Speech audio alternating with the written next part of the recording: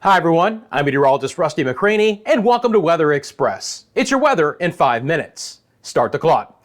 Friends, severe storms are already developing in portions of the Ohio Valley now. They're going to move east through the Appalachians and into the mid-Atlantic states. All modes of severe weather are possible with this system. We'll then get into the rest of the forecast as well. But let's start off with what's happening at the present time. And storms are really beginning to ramp up right now. Southern sides of Indiana into Ohio. We have our warm front, which is pushed all the way north into southern Canada. This warm sector of our storm system is very, very wide. It's very potent. There's unstable air. And as this cold front slams into temperatures here, which are in the 80s in a lot of spots in West Virginia and portions of Virginia, we're going to get even stronger storms developing. Wind gusts at the hour are already looking very impressive across the area. 20, 30, even 40-mile-an-hour winds, and most of that wind is going to be out of the south here and then swinging back out of the north once we get behind the front. Let's take a look at the current warnings that are in play right now. And again, the reds are your severe thunderstorm warnings. So just east of Cincinnati, we're starting to see these storms developing here. Discrete cells. There is going to be the opportunity for some isolated tornadoes as these storms move into West Virginia and eventually the western sides of Virginia as well. The bigger, more widespread impacts are going to be some winds up to 70 miles an hour and some 2-inch sized hail.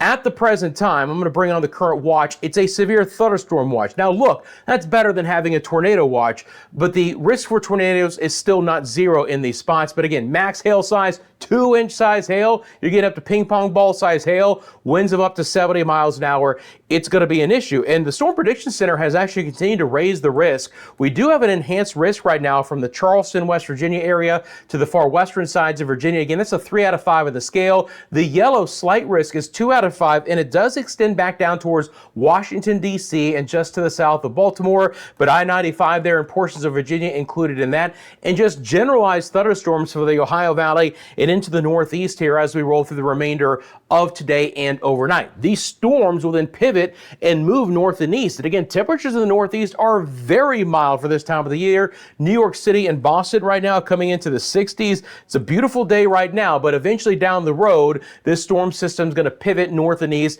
and provide some showers and storms for that area as well. South of it, gorgeous warm day in the southeast, nothing but sunshine for Georgia, back through most of the Carolinas and Floridas with temperature right now that are in the 80s. Nice day in portions of the southern plains as well. It's really hot in Texas, but actually some cooler weather is sneaking in behind our front here in portions of Oklahoma and Missouri and Nebraska and Kansas. A little bit of cool rain for the Dakotas right now, but it's not snow for the most part. There's a little bit of snow in the western Great Lakes, but look at these wind gusts, guys. Still elevated fire danger here with winds that are 40, 50, even close to 60 miles an hour. It's very elevation dependent on what we're talking about as far as the temperatures here. We have a little bit of rain coming back into portions of southwest Arizona and the far southern sides of California, but it's light enough it's not causing any problems. And along the Pacific coast, things, at least at this point in time, are actually nice and quiet. There's your red flag warnings and your wind advisories. We do have a few winter weather advisories with some snow for the UP of Michigan. And again, a lot of wind. And eventually we would obviously see the opportunity here for some severe thunderstorms and maybe even some tornado warnings in the spots that I've already mentioned.